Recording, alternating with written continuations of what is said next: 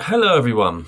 That was very loud. I am going to be going through idiographic versus nomothetic research. It's one of the debates that you need to know. Full disclosure: I have just ordered a takeaway, so this might turn into a mukbang, a term I think I've did I use that term right? Actually, hold on, just 1 second. Mukbang. I did use it right. Mukbang food. Um, my students taught me that very recently. So today we are going to be looking at idiographic versus nomothetic. It is one of the 6 debates that you need to know. And essentially it refers to how you do research, or one way in which you do research, or more specifically, what you do with the results of the research. So it's a very, very useful debate to use quite a lot. Primarily, I'm going to say this, most of what you've looked at over the last 2 years, or the time of your A-levels, most of it is actually nomothetic research, and you can criticize that for many, many, many, many reasons. So let's have a look at what we mean by idiographic versus nomothetic, right? So we need examples, we need evaluations, but firstly we need to know what the AO1 is. So let's start with idiographic research. So idiographic research is research that tends to focus on the individual. So they have small samples, so like case studies, for example. Idiographic research recognizes that we are all individual people, we're all unique, and that we cannot take, and this is really important, we cannot take findings from a case study and apply them out to other people, because idiographic research has the ethos, if you will, the idea that because we're all unique, you cannot make laws about everybody, and that you are, unique, and therefore if I were to research you, the only person I could apply those findings to would be you. For example, if I were to ask you what your music taste is, if I was doing so idiographically, and you were to say things like, oh, I listen to, I'm just going to say random bands, the 1975, 21 Pilots, is that a random band I've heard? And let's say Drake, you might say that's idiographic to you, and I cannot just take those 3 bands and artists and apply them all out to all 17 or 18-year-olds. So that's what idiographic research kind of comes from. There's more focus on subjective experiences, because the experiences you go through, let's face it, the experiences that you go through are very, very idiographic to you, the very idiosyncratic, the very particular, personal, specific to you. And quite an important point is that investigations that tend to use idiographic methodologies tend to have more qualitative data. Think of case studies, for example. They're overwhelmingly more qualitative than quantitative. But now what I'm going to say before I move on to nomothetic is most research we look at isn't idiographic. In fact, very few parts of psychology are actually idiographic, because why the hell would we look at a sample of 20 people, for example, and then say, right, okay, really good findings. Can't really use that beyond the 20 people, though. Why would we do that? Right? We want to take findings from these 20 people, and we want to, psychology wants to apply them out to bigger populations, bigger target populations, general populations, for example. So nomothetic research is about trying to establish what are called behavioral laws, right? Or you might know this as like generalizations. So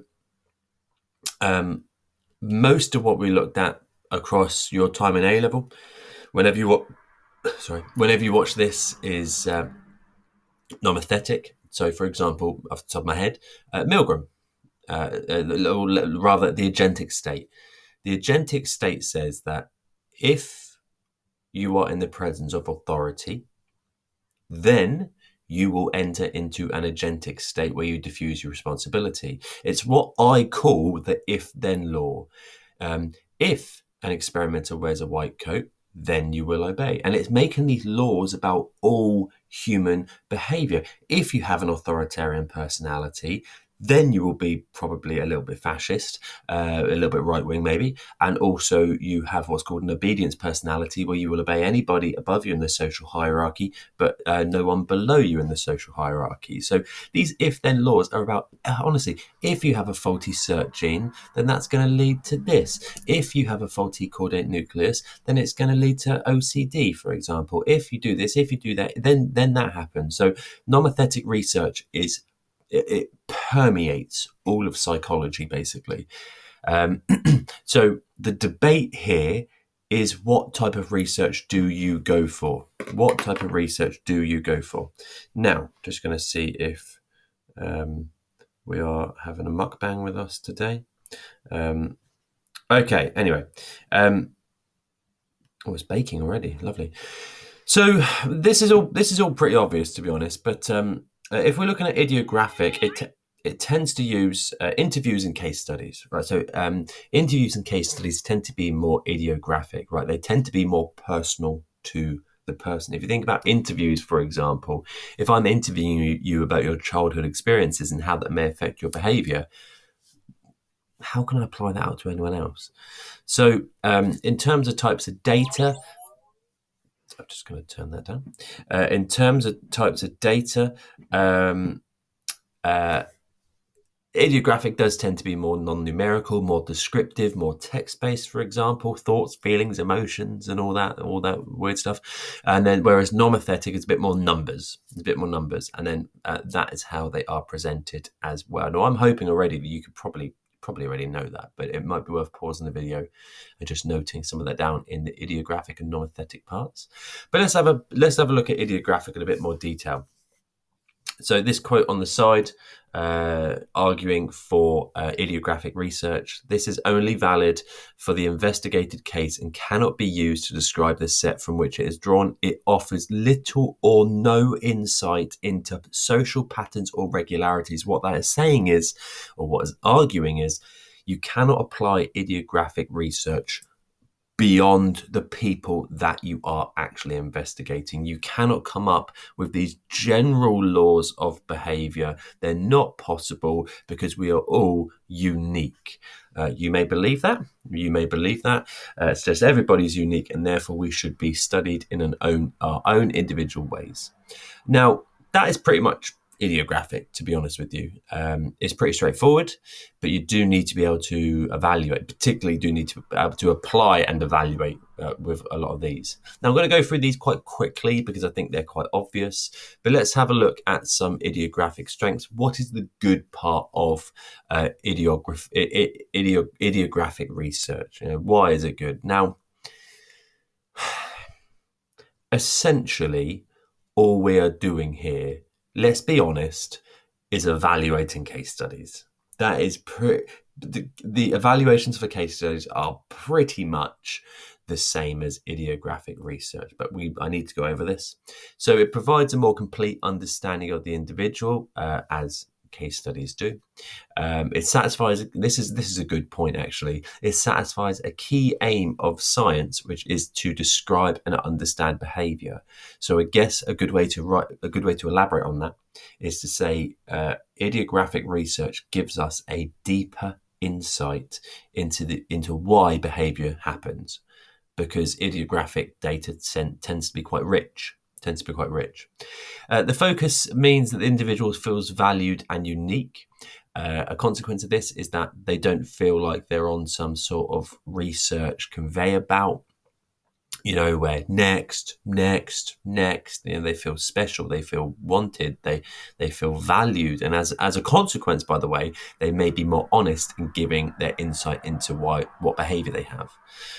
And another really important one that's actually a case study evaluation as well is that evidence from a single piece of idiographic research can turn a theory on its head. A good example for this is, you may have looked at this, you may not have, but the case of Eve White.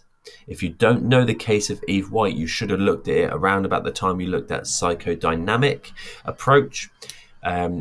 Eve White was the first real documented case of multiple personality disorder, nowadays known as dissociative identity disorder, or DID. Nobody really believed in multiple personalities before the case of Eve White. Nobody really believed in it, right? Until that Thigpen and Cleckley, the two researchers, did an idiographic piece of research and turned the theory on its head. And now we all know what multiple personality is, simply because of one piece of research. So it's really, really key, and it allows individuals to be studied who are quite unique. Phineas Gage. We can't make that happen. We can't blow a steel pipe through someone's head. Just to go, let's research them. Who's going to volunteer for that piece of research? So really, they are idiographic cases tend to be quite unique, and they give us one strength that's not on here, by the way. Idiographic pieces of research give us so much understanding. It's honestly, in terms of, if you look at some of the, if I pick 7 case studies, the amount that those 7 random case studies have actually changed our understanding of behavior is pretty phenomenal. So in terms of model strengths, I've got a model peel just here. So again, now remember, evaluating debates is actually probably a bit harder, because you cannot really use the debates to evaluate the debates.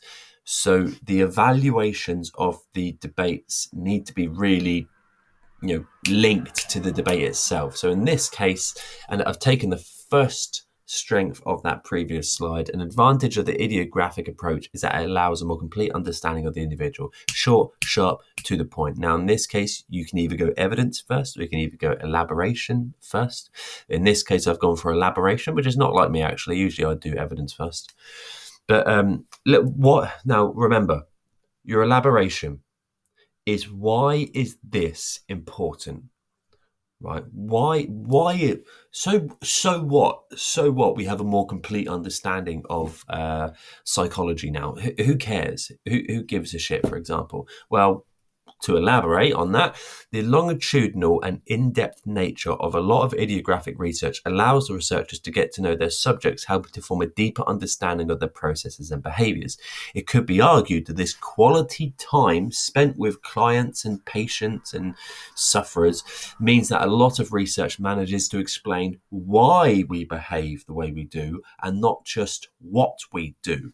And now I need to give a piece of evidence here. So I could pick any case study here. For example, the idiographic case study of Eve White lasted 2 years, with detailed interviews and insights into a multiple personality disorder.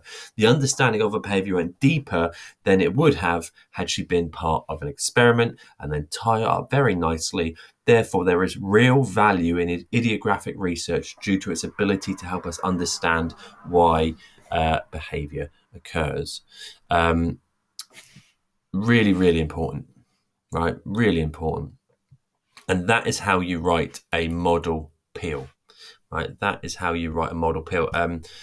I would recommend you make a note of this model peel personally. It's quite a good one. Now, in terms of weaknesses, you can't apply it. You cannot apply it. So what's the point? Do you know what I mean? So what? Eve White had multiple personalities. I don't.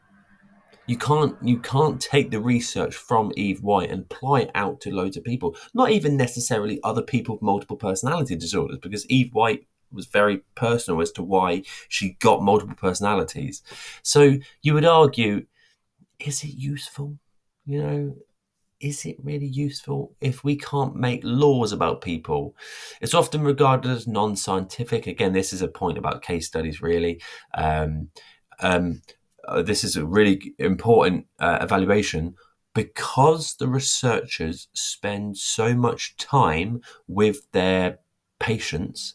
They may lose impartiality because they become friends with their patients, because they become, respected humans in each other's lives. They may lose impartiality, and therefore a consequence of that, an elaboration of that, is that the reports they write are going to be invalid because they're not truly measuring what they think they are.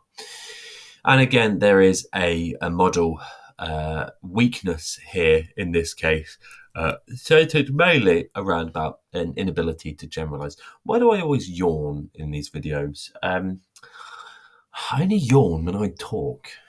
Is that weird? That is pretty weird, isn't it, actually? Anyway, let's do a bit more focus on nomothetic in this case, because this is probably the one you're going to need to know a little bit. It's saying that we are all the same, but it does focus on similarities between people. But a good term I like to use is nomothetic research attempts to establish behavioral laws about people. Commonly what I call the if-then law. If this happens, then that will happen, kind of thing. So there are three, and this is really the key AO1 just here. There are three key general types of laws that can be established. The first one is classifying people into groups, right? So, for example, if you have this, and this, you will have schizophrenia, and you are either, and here's the important bit, you either have schizophrenia or you don't have schizophrenia. It's putting people into boxes. So a good example of this, if I type in 16 personalities, okay, it's going to come up with the 16 personalities test. Now, if I just move my fat head out of the way, I wonder if I can get the 16 personalities. Of course I can. There we go. So if I click on this, these are the 16 personalities. Okay, I'm not going to look at the things on the side, but these are the 16 personalities. These are the 16 personality types you can have. I am ESTJ. And by the way, I am repeatedly ESTJ, so I've taken the test multiple times. If you want to know what this is, if you want to know what your personality type is, even if you've done it before, I recommend doing it again to see if maybe your personality changes based on the mood you have. I don't know.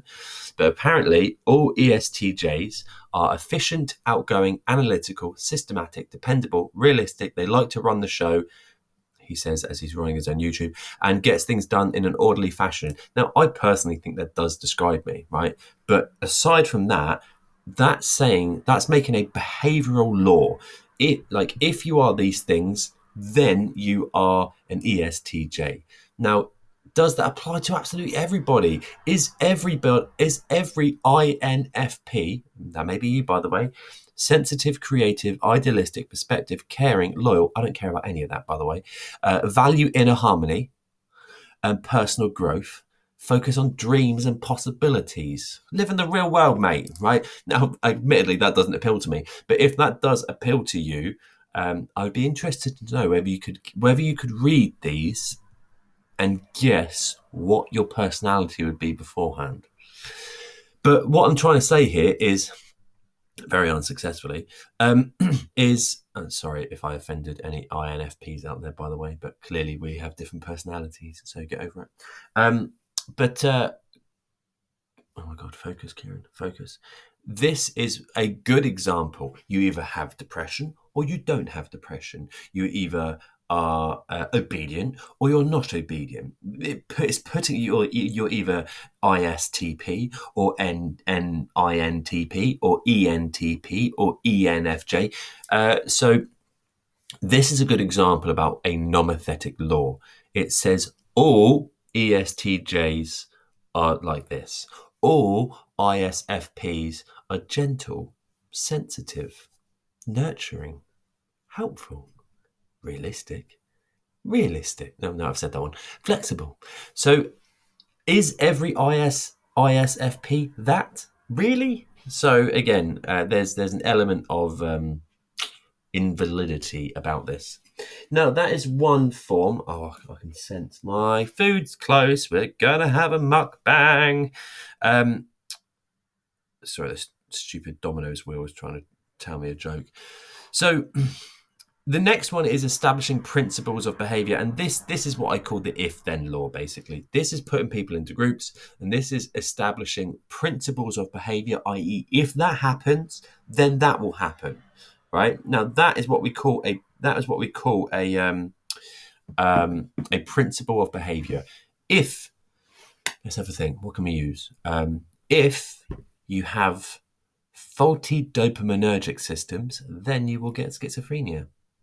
Now let me ask you, does that apply to everybody? No. If you have some of the, like a faulty COMT gene, for example, then that might trigger off OCD, might trigger off schizophrenia. Sorry, I've really lost my focus. My pizza's being quality checked. So that's one of the ones. The other one here, and people don't necessarily kind of wrap their head around this too well, but is the establishing dimensions nomothetic law. Now, establishing dimensions or spectrums is a nomothetic law because it says that we are all on a spectrum which we may move up and down on. So autism, for example, we are all on a spectrum for autism, right? It is not a case of you either have autism or you don't have autism. It's more a dimensional dynamic. Now, and this is a personal opinion, I personally don't think that this is a very, very good law. I don't think it's a good type of law at all. I don't think it's very good. I don't think you can say that you are either this or this because we're too complex for that. Now, what I do think is that we're all on dimensions for a lot of behaviors. I don't think you either have depression or don't have depression. I think I think we need to start seeing depression on a spectrum that we can move up and down based on daily events and massive traumatic events in our lives. Yes, some people, we don't all start at the same point. Do you know what I mean? We're not all born at the same point on the depression washing line and we kind of go up and down. I think some people do have a vulnerability and are naturally further down the line. But I think establishing dimensions is a much greater nomothetic law. You may choose to shoot me down, but I don't. Yeah, I can't be asked to argue against you. Now, yes, it's scientific. It tends to use experiments, group averages, quantitative data tends to be quite useful. Fine, and again, there are some strengths. Now, it's nomothetic is much more scientific. It's much more scientific because it tends to use experiments, because it tends to use large groups. It has helped psychology as a whole become scientific by developing laws and theories that can then be empirically tested. And by the way, a lot of these laws are generally correct. If someone does wear a high vis, then a lot of people will obey. So it's, I guess one way you would phrase it, nomothetic laws have helped us understand behavior for the majority of humans, just not all humans. So you really do need both. There is a model answer just here, quite a good one as well. But in this case, it's a comparison one. So we've actually compared nomothetic with idiographic. Now, again, if you have a look, the structure is very different. Instead of evidence and elaboration, you want comparison one and comparison two, but you need to have this comparative language in there. You really do. Otherwise, you're not comparing.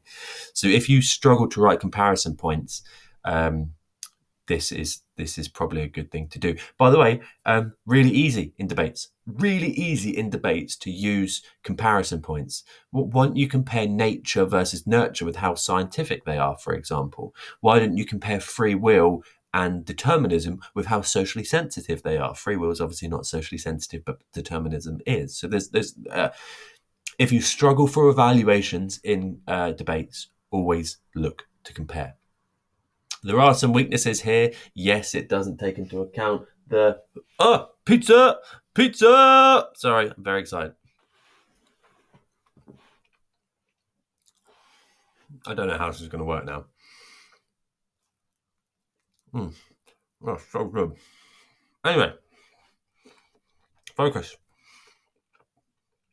The problem with nomothetic is that it loses sight as the person as a whole. The great thing about ideographic was that it looked at the whole person. But this is just kind of saying that, if that happens, then you're going to do that. It loses sight of the whole person. It's a difficult thing to be able to elaborate on. Um, um, and that top one's probably the most important one here as well. Predictions can be made about groups, but these don't apply to the individual. So it's like saying that all 17-year-olds listen to Drake, for example. Okay, that might be right for a lot of the group, but it's not right for all the groups. So there's an element of invalidity about it. That's so good.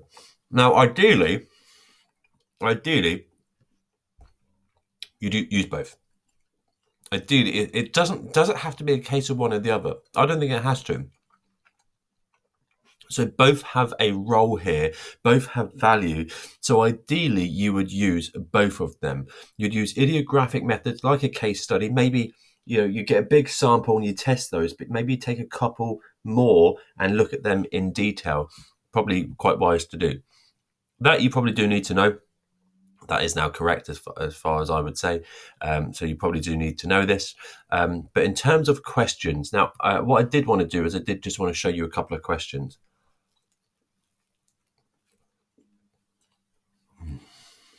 Good pizza. AO1 doesn't really come up that much here. What you really need to be able to do is read this stem and answer this question. Look, AO3 equals 6. So what you've got here is a idiographic piece of research about asking prisoners about their experiences and their childhood and stuff like this.